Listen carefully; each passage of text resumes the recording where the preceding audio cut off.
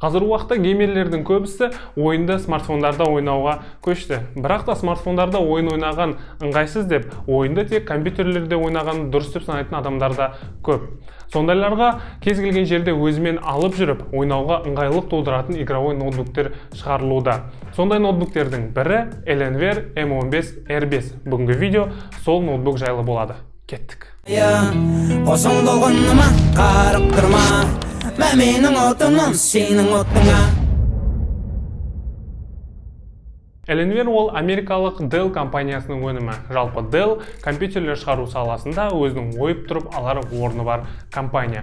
Dell'дің ноутбуктері өзінің қарсыластарымен салыстырғанда ешбір жерінен қалмайды, тіпті бір-екі жерінен озып кетпесе. Не үшін екенін білмеймін, сатып алушы көп жағдайда Asus пен Acer'дің өнімін алады да, тіпті Dell'дің ноутбуктеріне қарамайды да. Өйткені Asus пен Acer'дің өнімдерін сенімдірек, сапалырақ деп ойлайды. Бірақ менің ойымша Dell'дің ноутбуктері қазіргі таңда өте сапалы шығуда. Сондықтан да ол жайлы мәліметке ие болу керек. Апрельдің 7-сі күні Dell'дің жаңа Alienware M15, R5 және R6 ноутбуктері ұсынылды. R5 және R6 ішіндегі процессорлармен ғана айырмашылық етеді.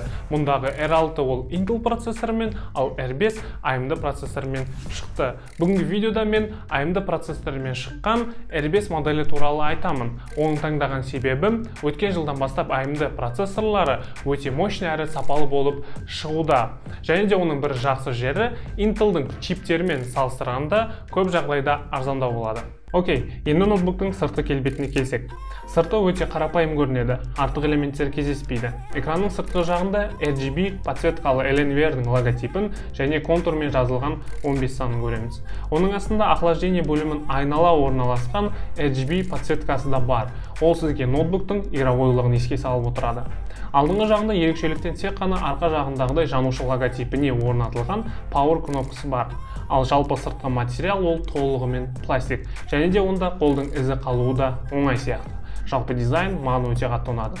Ал енді сыртқы порттарына келсек, олар өте көп. Сол жағында аудио джек пен LAN порт. Оң жағында 2 USB 3.2 Type-A, ал артқы жағында 1 USB-C, 1 USB Type-A, HDMI және ноутбукты қуаттайтын порты бар.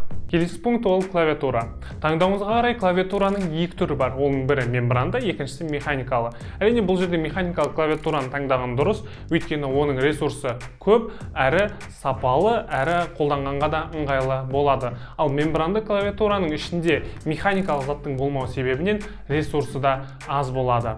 Екі клавиатурада RGB подсветкасы бар, ол 4 зоналы. Маған бір ұнамаған жері ол клавиатураның өзінде нампадтың болмауы болды. Ал трекпад жайлы тек қана осы дыбыс арқылы біле аласыздар. Ал дисплей үш түрлі, олардың барлығы да 15.6 дюймде, айырмашылығы тек разрешениесі мен оның жиілігінде. Ең кішісі Full HD разрешениемен 165 Гц-ті, одан кейінгісі сол разрешениемен 360 Гц-ті, ал ең жоғарғысы 2К разрешениемен 240 Гц-ті. Және де ең кішісінен басқа екі дисплейде қосымша Nvidia G-Sync деп аталатын технология бар. Ол графикалық чиппен бірлесе отырып, экранның жиілігін одан әрі жақсартады. Карантин басталғалы алатын ноутбуктың ең маңызды бөліктерінің бірі ол веб-камерасы болып қалды. Ол бұл ноутбукта 720p, яғни HD форматта. Және де сол блоктың ішінде Windows Hello деп аталатын, адамның түрімен ашатын инфрақызыл порт бар. Ал енді ең қызықты жері ол ішкі компоненттері. Негізгілері ол әрине орталық процессор және видеокартасы. Орталық чиптің екі түрі бар. Олар AMD Ryzen 7 5800H және Ryzen 9 5900HX. Екеуі де 8 ядерлі және 16 потокты процессорлар.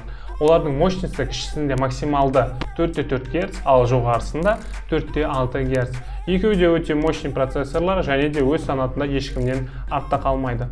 Ал видеокарта орнына Nvidia-ның өткен жылы күзде ұсынған GeForce RTX-тің 3060 және 3070 түрлері конфигурацияларға қарай бөлінеді. Жалпы бұл процессорлар мен видеокарталардың миксі өте жақсы нәтиже береді.